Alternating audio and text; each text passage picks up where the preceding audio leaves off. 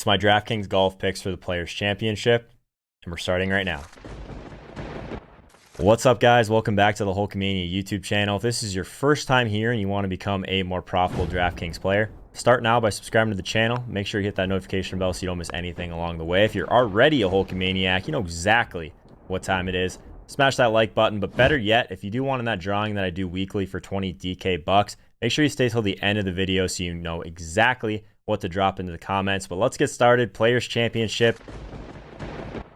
Holkamaniacs. TPC Sawgrass. This is often talked about as the 5th major, so it's going to be an exciting week. Definitely a lot of casuals involved as well that wouldn't necessarily be playing on DraftKings, so a lot of great action out there. Let's talk about the golf course, but also what types of players we're going to be targeting this week overall. It is a par 72, just about 7,200 yards, but one of the big things this week is we really need to embrace volatility. Things can go bad really fast on this golf course. Basically one shot away from trouble. There's a ton of bunkers. There's a ton of water hazards, 88 bunkers overall, 77 water hazards. There's just a lot of things that can go wrong. So you'll see some really high scores on some of these holes just that come completely out of nowhere, which can completely ruin a round, can completely ruin the upside for some of these players. So I do think that overall we'll get some really soft pricing just because of the way that this field is in terms of strength, but also in terms of the way that the pricing was laid out much earlier than it normally is. So even before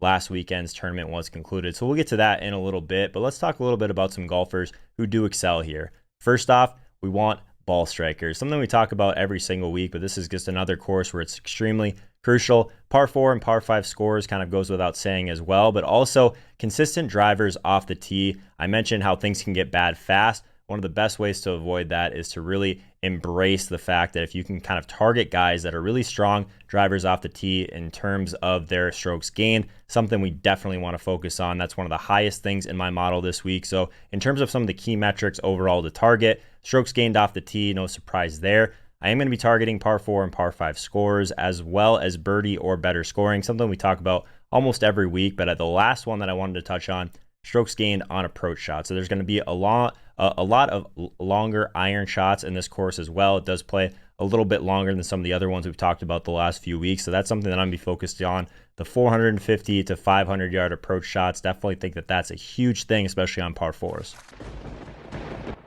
The top elite options on this slate. No surprise, Rory McIlroy. I do think he's going to be just an anchor for most people's cash games, and for good reason. He's 11-7 on DraftKings. He is 12-2 on FanDuel, but pretty clearly the top golfer in the world currently. It's really not particularly close in my opinion. So I do think starting with Rory definitely makes a ton of sense this week. About an eagle per tournament over the last 75. He is getting 17.3 birdies per tournament as well over that same time period. Just elite stuff here. 2.3 strokes gained, tee to green over his last 4 events. He is number 3 in par 4 efficiency from about 450 to 500 yards out. We mentioned that's going to be extremely important on the par 4s on this course in particular. And 25% ownership plus, depending on the contest. I do think that eating that ownership with Rory is something that I'll be strongly considering. I want to be either way over the weight on the field, or maybe there'll be certain contests where I just don't play as much Rory. I want to pick one side of that argument. I'm leaning towards going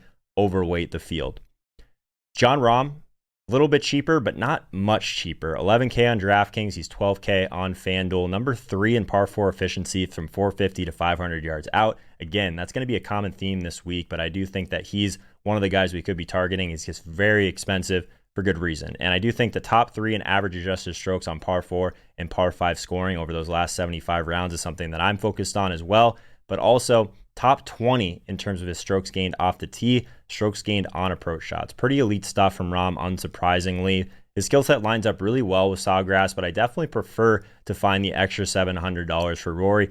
Maybe that's just recency bias, but I do think that I feel a little bit more secure with having my anchor be Rory. Not sure that's going to be a popular take, but that's kind of where I'm at this moment. The top end options, not necessarily the elite options. Honestly, I think this is the range that could easily decide GPPs this week. So I really wanted to focus on this and at least find a couple guys in this range that can kind of flip roster construction on its head a little bit in certain tournaments. So the first guy that I want to talk about, Dustin Johnson. This is going to be someone that probably isn't going to get a ton of run this week overall in the content space. His recent form aside, 68.4 long-term adjusted round score. pretty elite still. He's still a very good golfer in this entire field, and I do think that that's someone, if we do get him at significantly lower ownership, I would have interest in. I'm not sure if this is going to become kind of the trendy contrarian play, so definitely keep an eye on ownership projections as the week goes on. So if he does end up being super low, I have a lot more interest. If he ends up being kind of a middling play where I don't get a ton of leverage, probably will fade DJ, but I do think it's at least interesting at that price point with a lot of people kind of off of him at this point. Patrick Cantlay, 9,800 on DraftKings, 11.4 on FanDuel, just an elite ball striker overall, and he is number 5 in strokes gained on approach shots. He is a guy that we can focus on kind of getting that consistency, 14 straight cuts made, and just an improved short game is a really big thing for Cantlay. I actually don't have any of these guys as a super cash viable option. I prefer the roster construction with paying down a little bit and make sure I get to Rory on the rest of my team. But what about Xander Schauffele? I do think that he's at least an interesting pivot. 9,400 on DraftKings, 11.2 on FanDuel. He's gained an average of 4.5 strokes with his irons over his last 3 contests. Needs to convert those into birdies, however. The biggest problem with Schauffele is he's had a volatile short game overall. But that said, last week he did actually gain 6 strokes on the green. So it's just one of those things that if you think Xander is going to putt well in these Bermuda greens, he might have a little bit more upside than his price may lead you to. So it's one of those spots where I don't necessarily feel super comfortable in cash games with Xander, but I do think he's an elite pivot. We've made it to the top mid-range options. I do think this is kind of where a lot of the Rory McIlroy teams are going to live this week. So let's start with Bryson DeChambeau. I do think that he's going to be someone at 9,100 that gains a ton of ownership on DraftKings. He's 11.3 on FanDuel. He's driving the ball better than anyone in the entire world over his last 4 contests, even Rory McIlroy. Pretty insane after he decided to kind of bulk up a little bit. He's actually been one of the best on tour at driving the ball. So he's not lost strokes off the tee in his last 16 contests, 3 straight top 5 finishes. And I do think that just overall correlating your DeChambeau shares with driving distance golfers, that's something we saw a pretty big advantage of in 2019. Not as much the years before. So I do think kind of correlating those things is something we don't always talk about, but correlating skill sets is something that I do have some interest in, especially if the field just as a whole isn't really thinking of those things. So I think that he's a cash viable asset. But what about Hideki Matsuyama? I do think that he's going to be popular as well. 8,800 on DraftKings, 10.9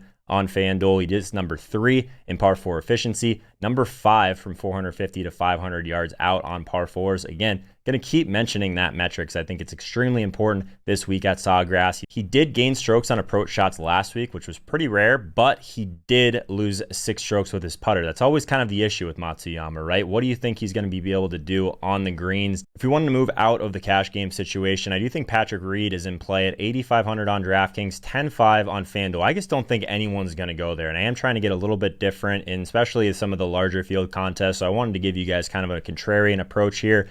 Number 1 in par 4 efficiency from 450 to 500 yards out. I do think that just this guy in general just seems to be going overlooked in the industry right now. He's number 5 in total strokes gained.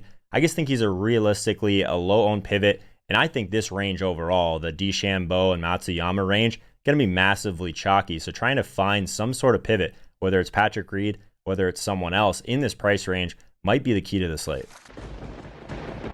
Talking about keys to the slate, let's talk about some value options. I do tend to kind of skew towards trying to get a little bit different at this price range. But like I said before, some of these guys are just way too cheap in a field that is very strong. Everyone can't be priced up, right? So we can see a couple guys that are vastly underpriced in this value range. The first guy, Colin Morikawa, not going to be a surprise here whatsoever. Probably the chalkiest guy on the entire slate, 7,900. He's just drastically underpriced. On FanDuel, he's 10K. But he leads the field in strokes gained on approach shots over his last 50 rounds.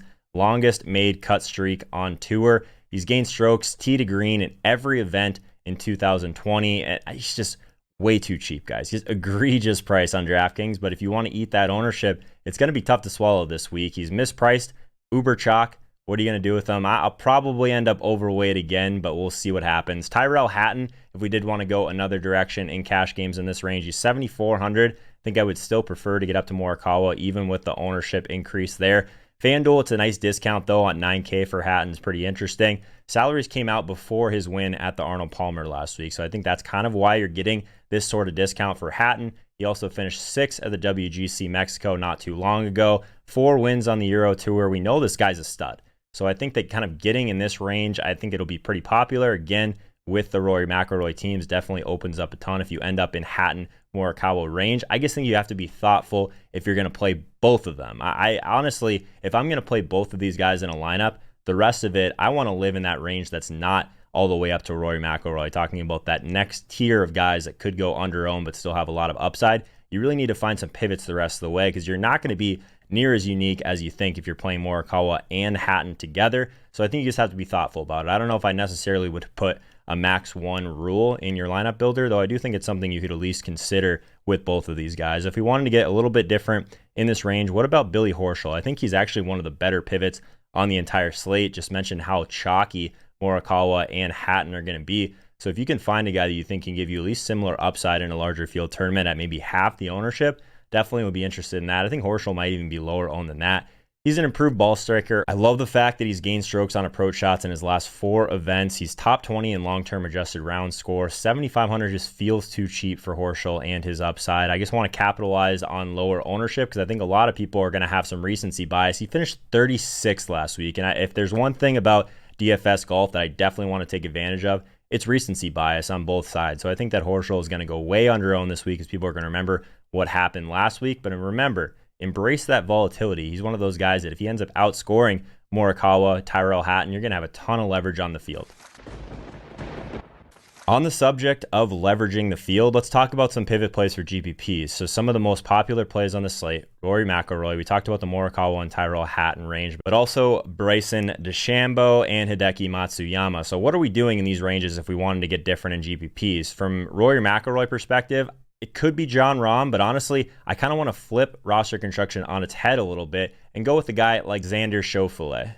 9,400 on DraftKings, 11.2 on FanDuel. Is this going to lead you to completely different roster construction? So I like that pivot quite a bit. In the Morikawa Hatton range, what about Billy Horschel? We talked about him as a nice leverage option. I actually think that he's super interesting if you did want to completely fade Morikawa and Hatton, or at least one of those guys in your lineup. Horschel's a nice guy in that price range to take advantage of. I do think that's kind of the top recency bias pivot in my opinion this week. Bryson DeChambeau and Hideki Matsuyama. What about Justin Rose at 8,700? Don't think many people are going to go there with his kind of recent history, but still a guy that has some upside if he ends up being kind of sub 5%. Sub 10% certainly would be in the conversation in that range for me. And I do think that if we wanted to go one more guy, Patrick Reed, who we talked about before at 8,500, I think both of these guys are close and will come in way lower owned. I think a key is just going to be to try and leverage the salary range as a whole because I do think it's going to be very popular for kind of the Rory McIlroy roster construction.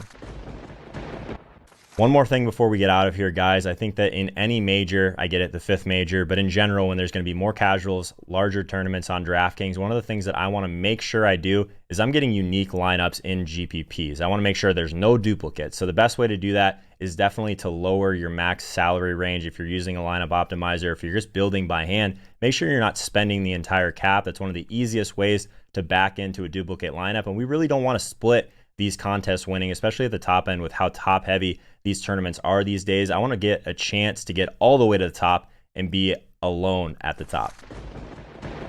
If you want to learn even more about how to be a profitable DraftKings player, make sure you hit that subscribe icon in the bottom right-hand corner so you don't miss anything. And I know you want to get into that drawing for 20 DK bucks. You've been waiting for it. I want to hear your favorite pivot off of Collin Morikawa this week for the Players Championship. Make sure and drop that into the comments. I'll see you guys in our Discord chat. A lot of really smart golf and DFS minds in there. So if you're looking to learn, that's the place to be. Check out the link in my description.